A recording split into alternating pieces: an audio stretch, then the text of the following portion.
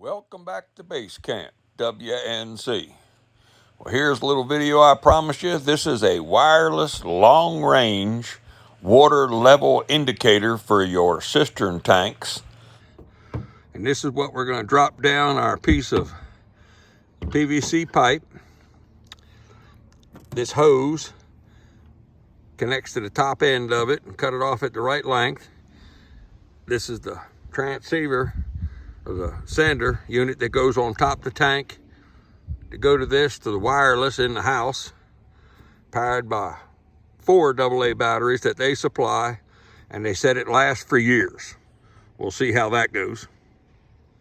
Well, here's the tube that I built for this thing. We'll go over it.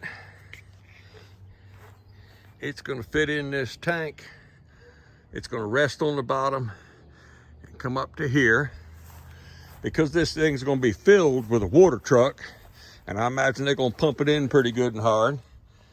I actually took the bottom foot of this thing right here to give it weight, so when you put all the water in there, it don't blow all over the place.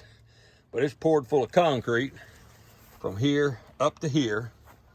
And that is also, when it's sitting in the tank, right here is about where the impellers of the pump suck water in. There's only about 2-3 inches off the bottom.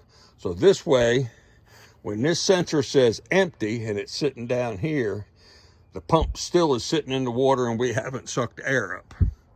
It'll make a little bit more sense when I put it in the tank and I show it to you. So the float will actually, the sensor will sit all the way down here. I drilled holes in the pipe, so when the tank fills up with water, this tube will fill up. And the way this thing works is when this sensor drops all the way to the bottom of the tank, it puts water pressure on the little tube up to the box on the top, and that's what's reading how much water is in the tank, just the amount of pressure that's in that tube from the water pushing up on it. Well, here's where the pipe bolts in, and we're going to drop the sensor down here, and then that tube will run over, come out this hole, and we'll put the sending unit right here. So you cut the tubing off to fit,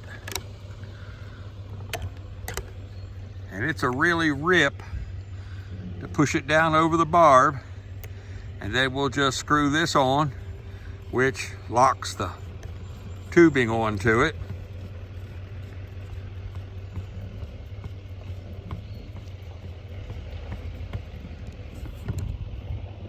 There it is, locked on.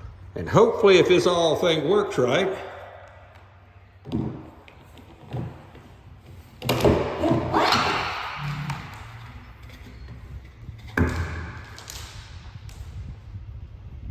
and there it is. It's sitting on the bottom. We got enough loose stuff here. We can have that thing looped right there. Tomorrow we'll put the batteries in this thing and hook it up to the sending unit. I might even set it up here. And that's all the harder it is for the installation. I think it's going to take more to put the batteries inside here and hook it up on the web, for me anyhow. But from here, through the tank, and drop down, and there it is. And as I said, as the tank gets filled tomorrow, the water pressure pushes up. Well, here it is. We have the transmitter mounted just on the tank anywhere. Tube goes down, runs in, comes in, and I made this tube that just goes all the way to the bottom, and like I showed you, it's got concrete on it. And like I said, all it does is when they show up with the truck, 4,500 gallons to pump in here, I had a feeling this sensor was going to get blown all around in the tank and maybe broke off, and then I'd have to go fishing. But as I said, I mean, when the water's in here, this thing drops down the tube, and depending on the depth of the water, it pushes pressure up in this tube, and that's what tells the transmitter what percent of water is in this tank. They got a little bit of directions to go through. You measure how much water's in the tank when you calibrate it, and you do it one time, and that's it. Pretty simple, pretty easy. Hardest problem is getting into the people's Wi-Fi and getting everything set up. And if it don't cooperate anymore, that might be an owner's problem. But we've got it sitting up, like I said, about a foot off the bottom of the tank because of the pump in the other tank. Let me show you that. Well, there it is, down the bottom of the tank. And they're sitting on a 4-inch piece of pipe, and that's 4-inch, and they're notched in there. So maybe the pump is sitting 4 or 5 inches, which means the top of it is about 8. And that's why I gave it 12 inches so it doesn't cavitate, because it's got to be able to suck water in.